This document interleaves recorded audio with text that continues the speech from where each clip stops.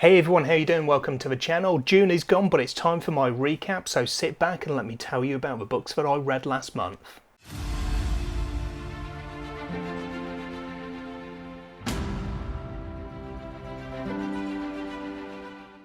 So I had a busy old June with work, and at the end of the month it was my birthday, and then literally the day after my wife's birthday as well. But I did manage to get some good reading in and an improvement in many cases on the last couple of months. So before we get into the books, as usual, I'm going to run through some quick stats. Timestamps are down below. Just click on the little thing if you want to skip this and head straight into the book talk. But I read 5 books in June, which gave me a total page count of 3,057. So my total for the year to date at the moment now is 14,447 pages.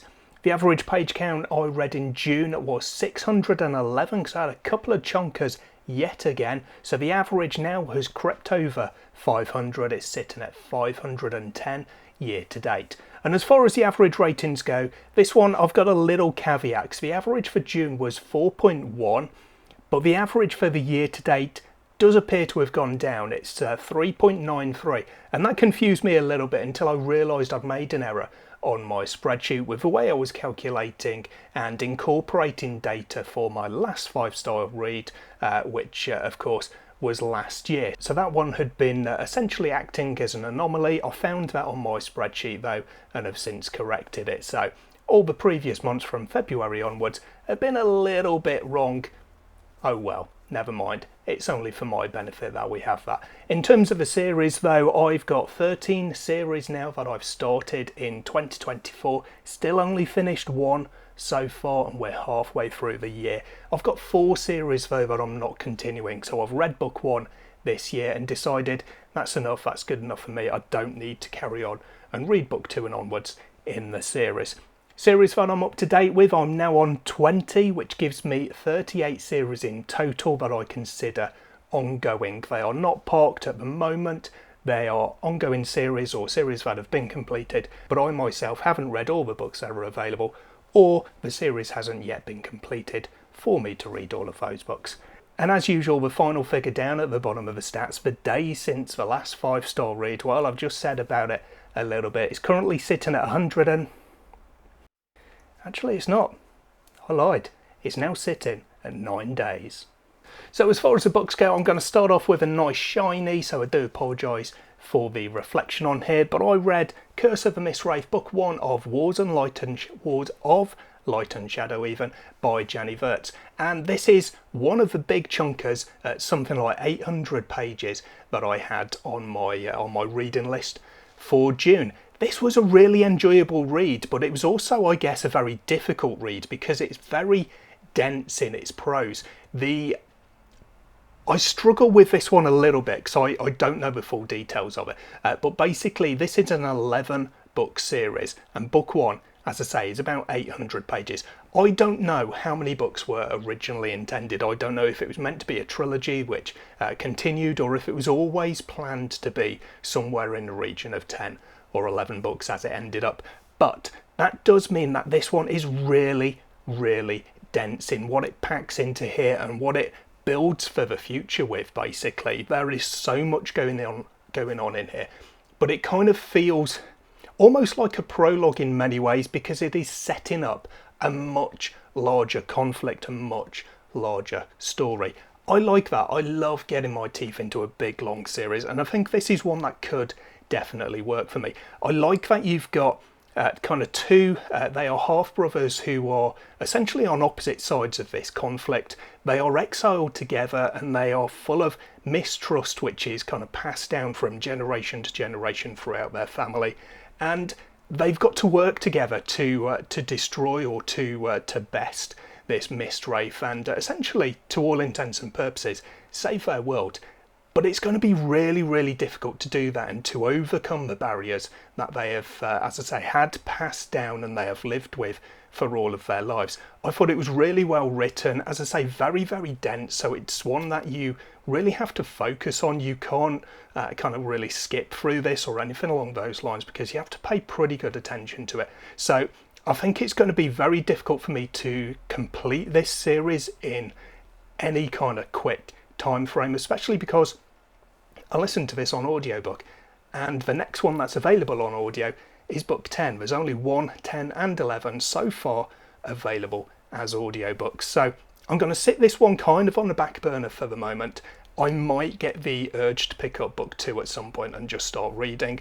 Otherwise, I might see if there is any news coming in about the rest of the series moving on to audiobook. But as I say, I enjoyed this one. I had a good time with it. It was something that I really got my teeth into, and there's plenty more of that to come.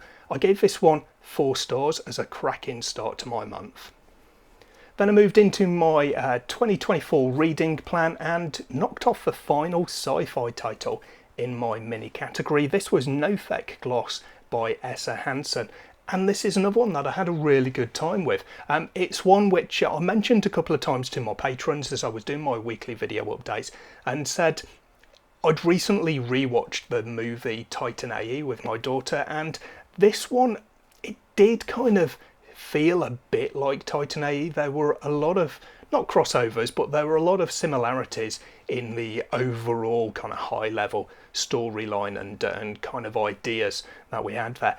I liked that there were a few elements in here that were a little bit unusual. I'm going to struggle a little bit to say this coherently without spoiling anything, so I don't want to go too deep into it. But essentially you have a young main character. He's 14 years at the start of the story, and then later on in the story he's a 20-year-old and he's got all the skills, the knowledge, the information available to him basically to carry on with the story and do what he needs to do.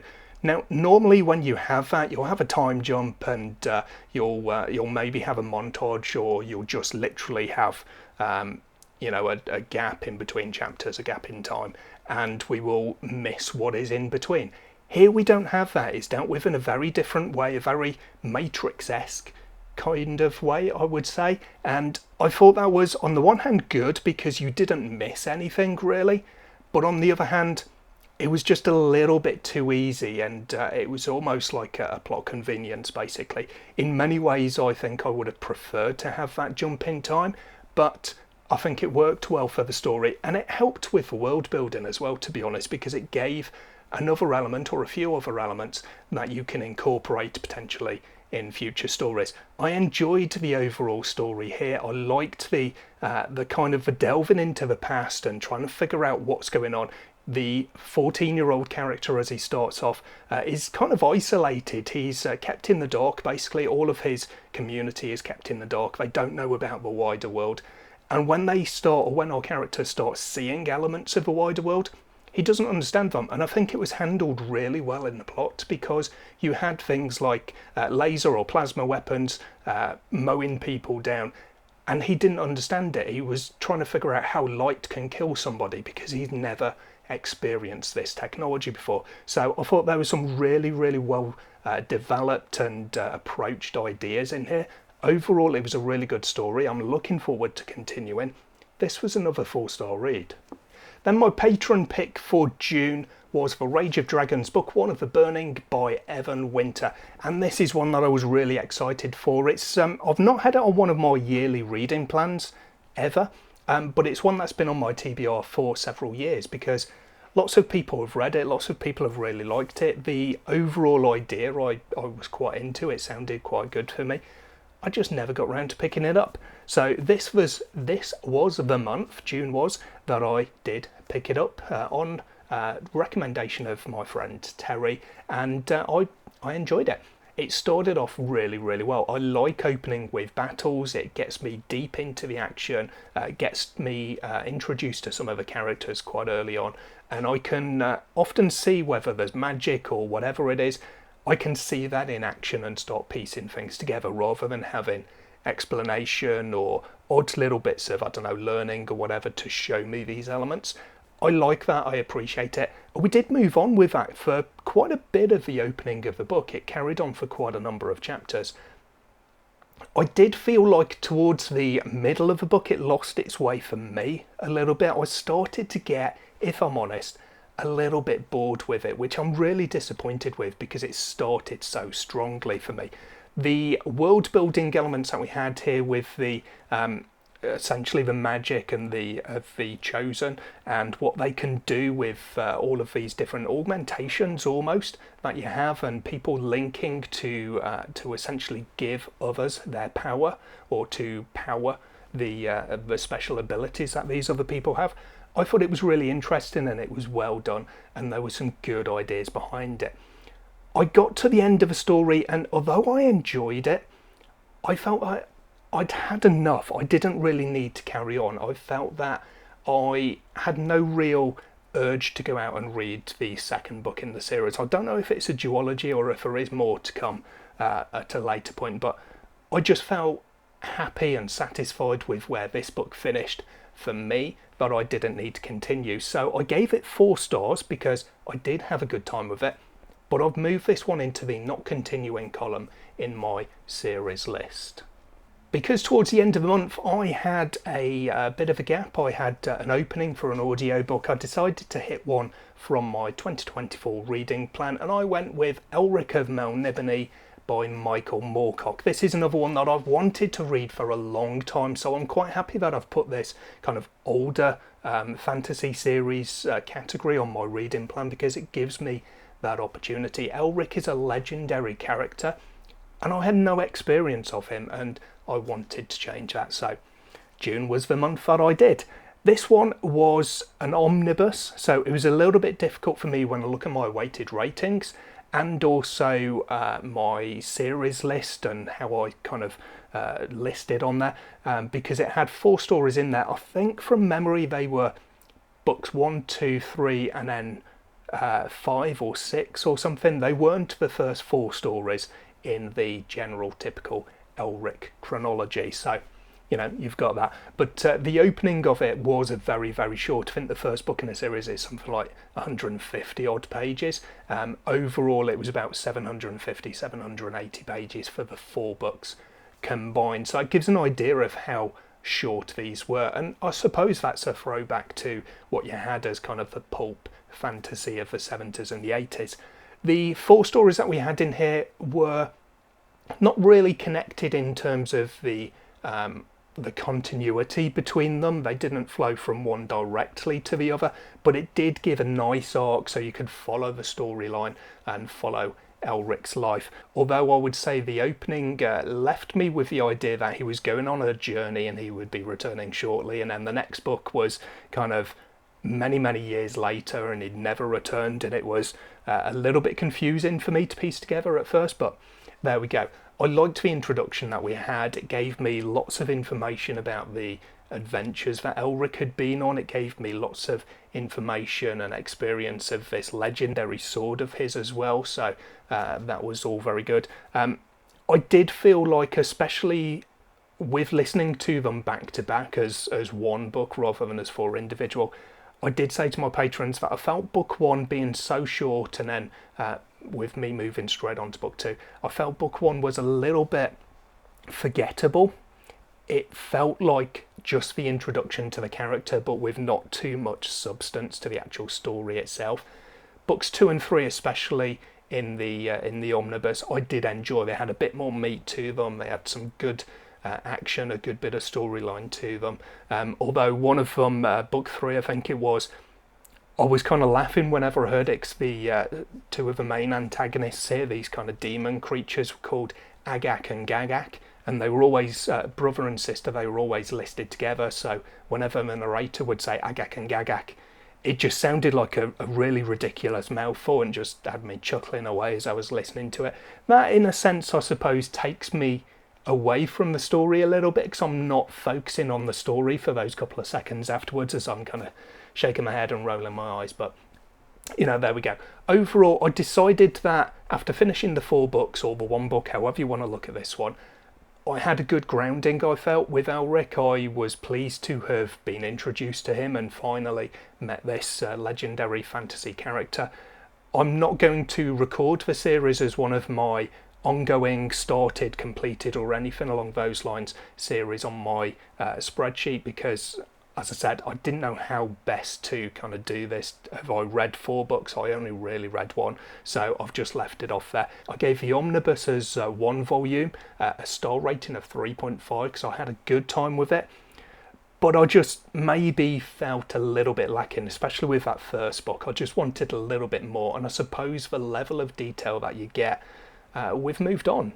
Really, we some of the books that I'm reading and enjoying recently, in like the last few years, they just have an extra level of detail to them, and it just gives them a bit more depth for me that I felt I was lacking here. But overall, it was good. I was very happy to have read the first four books within the Elric saga, and I was also quite happy, to be honest, to leave it there as my completed introduction to Elric of Melniboné.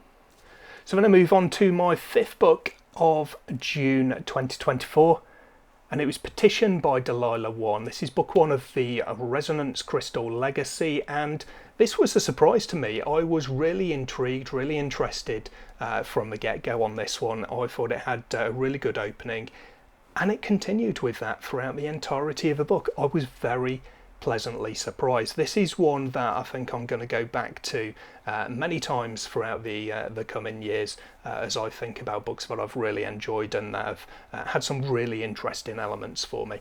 There was a point in this one where I did say to some friends, I think it was again in my Patreon update, I said, I have an inkling now that we're going to go into kind of a magical school setting, basically when I turn the page and start the next chapter, because of what had happened and where we were and the type of character that we had as our main protagonist here. But we didn't get that. It was done in a very different way, although ultimately, I guess, yes, we are in a magic school. It's really not handled that way. You really don't get the impression that's the case at all. I really liked that. I thought it was done very, very well. I loved the magic that you had here. It's not unusual, it's not anything that we've not seen before, but every time you do have elements, whether it's magic or otherwise, that we've seen before, every author or every good author adds their own touches to it. They take a general idea and then they build on it, so it's not copying or anything along those lines. It's just lots of very different, in this case, magic systems that have a similar basis, and I loved what Delilah 1 did with the magic in this one. I thought it was really, really good, where you can see different coloured auras representing different feelings that people are having, and you can also do more with it. So you've got evocations where you can kind of look to the past of an object or a person and kind of see a little bit of a history and find some answers there, or get somebody's opinion, find the truth basically from seeing what had actually happened. You can create items with it to a degree as well, and I just thought there were some really, really interesting touches to it. What probably surprised me the most about this one was where the story took us.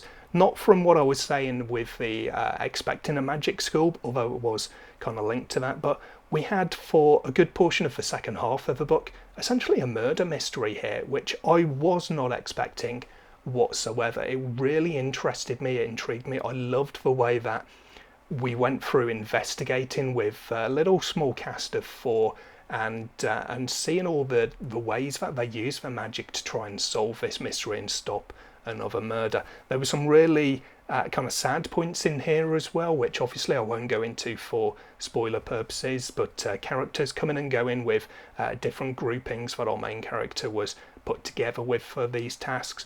And I thought overall it was just really well done. I'm very, very pleased with this.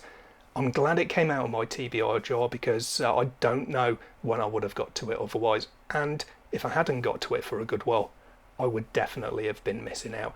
This one is my first 5-star read of 2024. So there we go, that's 5 books for June, and finally I've got a 5-star read. So Esme, you can stop being invested in my search for a 5-star this year now. The search is over. Petition is absolutely a high recommendation for anyone who's interested in it, anyone who's not picked it up so far, and I'm really looking forward to Supplicant, which is coming out at some point, I think, this year to continue the story.